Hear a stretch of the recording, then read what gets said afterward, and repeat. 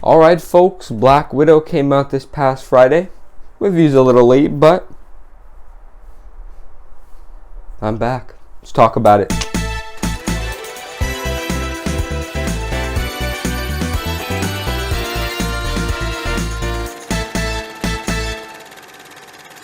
Alright folks, first of all, there will be spoilers. Okay, spoiler review. Leave if you haven't seen the film. The film starts off with an absolute bang. Incredible intro, and I mean, obviously, if you're like me, you know a little bit about these characters beforehand, just because you've done research, you've seen the trailers, you know who these people are.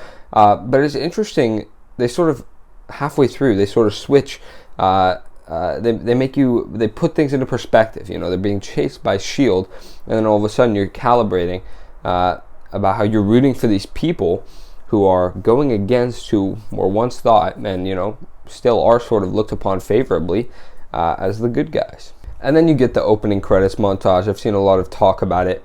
I don't think it's like phenomenal. I've heard some people say it's the best sequence that Marvel has ever done, and I definitely do not agree with that, not even in the slightest. But it's dark. It's pretty dark, and it gives you a nice tone, a nice idea of what the tone of the film will be going forward. I'm going to go ahead and bring up the idea of Taskmaster. It's good to finally see the character of Taskmaster in live action. He, because originally he obviously, was one of the characters that I was familiar with. I'm typically not familiar with all the characters from the comics, but I was actually before the MCU. So I was glad to see him. I'm not a traditionalist when it comes to the MCU. I don't believe they should follow everything from the comics. So the problem is certainly not that they made him, that they gender swapped him, or that they gave him a different backstory. The problem is that they just made him an uninteresting character. The plot twist is pretty useless, and I think I would have liked that he had been given some personality, but even as is, he still honestly would have been better, or she would have been better as a mindless killing machine than what they actually turned Taskmaster into. I don't know if they have future plans. Would like to see that maybe. I think they didn't do an excellent job with the villain, unfortunately. And that's my piece. Said my piece. I'm not as harsh on it as many others are. I'm not as light on it as some are. I'm a little disappointed. You know, the film, when it brings up locations, it's the same font as Civil War, and this film is comparable to Civil War in many ways. If I had to pick one film that it's most similar to, I think I would probably pick Civil War, not just because it's related to it, but it, like, you know, story-wise, but also it just functions like it. Feels like an extension, darker even, if I'm being honest, than Civil War. It's clear this film has some Bond influence because, you know, she watches Moonraker, Natasha, but also they do the little Skyfall slide down the escalator, and I'm sure there's more references I missed, but Bond influence, always cool, always good. It's weird but cool to see Natasha sort of being a regular person for a bit at the beginning of the film. You don't get that often. And then you get the bridge scene, which might be, just thinking back, it might be my favorite scene of the film. I think the action is visceral. It's where you get a good idea of how the film is going to go, the plot. I like that scene. The action, in classic MCU fashion, is dope as hell. As I said, it's visceral. It's clean. It's not quick cut, which I dislike. I love the action. The comedy in classic MCU fashion is top tier. Two pretty big staples of the MCU: comedy, action. Comedy's good. The visual effects in kind of classic MCU fashion are also great. You got some great VFX in this film. Some people like to nitpick little shots. I didn't really notice too much, and I get the nitpicks. I'm not obviously, that's fine to point out, but for the most part, I thought the visual effects were absolutely astounding. We finally get to visit Budapest in the MCU, which, of course, if you have been following, the MCU, that's the little place that Natasha and Clint constantly discuss. You and I remember Budapest very differently, and this is what it was. Florence Pugh, is sort of really an up-and-coming star. One of my favorite actresses. I really like her in everything she's been in, as well as Scarlett Johansson, who is, of course, more of a veteran actress, and they get to be in a movie together. Awesome. Speaking of Florence Pugh, her character, Yelena, is the best character in the film. She steals the show. She's obviously a mainstay in the MCU going forward, which I am incredibly excited for. She is maybe the most hyped character in the new phase for me. I can't think. Maybe I'm just being a fool right now and forgetting someone, but I'm excited to see what they do with her. Just a small little nitpick. They go, Yelena and Natasha go in public a few times in this film, and I'm just wondering how Natasha does not get spotted. Surely people know about her. Don't know. There's something that rubs me wrong about this film.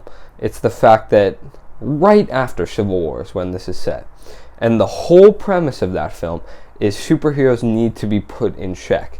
And Natasha actually agrees with that sentiment. You have two teams. Natasha agrees with Tony to sign the Sokovia Accords and be put into a little balance. Outside of the story, if you just look at the real elements, it's possible they just put her on that team to make it an even fight, 6v6 or 5v5, I can't remember. Whatever, doesn't matter. But she still agrees, canonically, that superheroes need to be put in check. And yet in this film, they act so recklessly in regards to civilian life multiple times. Multiple times they put people in danger with really, it doesn't feel like they try to go out of their way not to. Bothered me. And then the emotional moments, as much as I like the characters, and that's probably the best part of the film, the characters, the emotional moments don't do all that much for me. They really feel more like checkboxes that the studio is trying to hit to move on, to fulfill an obligation. It doesn't feel like real. And then, folks, we arrive at the end credit scene where that's awesome. That's awesome. You get Val again, and of course this was supposed to come out before Falcon and the Winter Soldier. I'm sure they tweaked it a little bit so as not to make it like it wouldn't have just been like that. I'm sure there were more that they would have had to explain if Black Widow came out first. But folks, Yelena's working for her. She's obviously some sort of at least anti-hero or villain, so we're going to see how that goes. I assume Yelena will of course switch. I assume Yelena will be in Hawkeye, possibly Val, and that could be really the premise of the show. Maybe that's how they're building that out. Very excited. Very, very excited. If not, then Yelena and US Agent going to be in the team. I don't know, bro, but I'm so hyped. So hyped. That end credit scene was awesome. Alright, folks, time to talk about my complaints. First of all, I really liked the film. I did. It's classic MCU. It's great. Let's get into some issues. For all the great aspects of the film, it is hardly the most distinct. It doesn't have its own personality. You think Guardians, you get a visual, distinct picture. You think Avengers, you get a team up fun. Black Widow, average action is what you think. Maybe fun time, good time. I had a great time for sure. It's not elevated by its style, and the story is perhaps its greatest fault because it is not good. The story is not good. If it were not an MCU film, people would be critiquing that much more. It is a very, very unoriginal and bland and frankly bad story. These characters absolutely save it though. They make the story, they disguise it. It's like the story is bad, but there's a curtain there, and these are the characters. They're stopping you from seeing that the story is bad because they're excellent. Each character is great. Every single one. Their dynamics are great. Well, not every single one. I already discussed like Taskmaster. But our main cast, at least, is brilliant. And they elevate this to another level. And of course, they're not the only good part. You have the action, which I already mentioned, the VFX, the comedy. But the characters really elevate it. And then, sort of along the lines of just generic story, not enough style, the climax of the film, which is really where a film needs to succeed. That's, obviously, ideally it succeeds throughout, but it needs, that last leg is pretty much the most important. It falls flat for me, just because it doesn't feel very original. It feels like, falling out of the sky, yada, whatever, hand-waving, wishy-washy, whatever. Not new, not particularly fun. When all is said and done, folks, I'm very conflicted about the score to give this film. But I'm going to give it, as of right now, an A. I'm going to give Black Widow an A. And it's going to be the lowest A of the MCU yet. not because I hated it, not because I didn't like it, just because there's so many other better MCU films in my opinion. I'm conflicted because part of me thinks that this film deserves a B. Like when I finished watching it, I'm like, high B. That's what I was thinking. But then I look at other films I've seen from 2021, which of course I also have to factor Black Widow into in the 2021 ranking, and I see some of the films I've given A's to, which I still stand by, and I think it can't be lower than those. It's just not. I liked it more than those films. Therefore, I have to give it an A. And so I think, folks, that's my reasoning. It's on the border. It is on the border.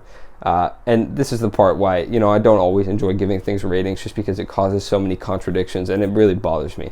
And it's still bothering me today.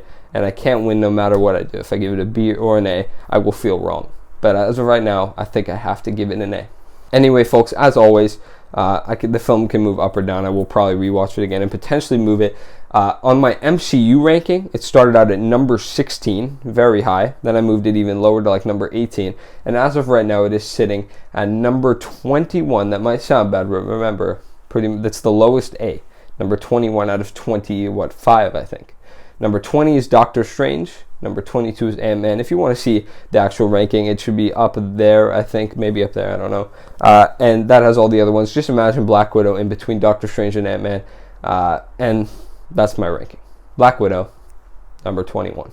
Alright, folks, that's my review of Black Widow. Let me know if you enjoyed it. I've seen some conflicting things about this one.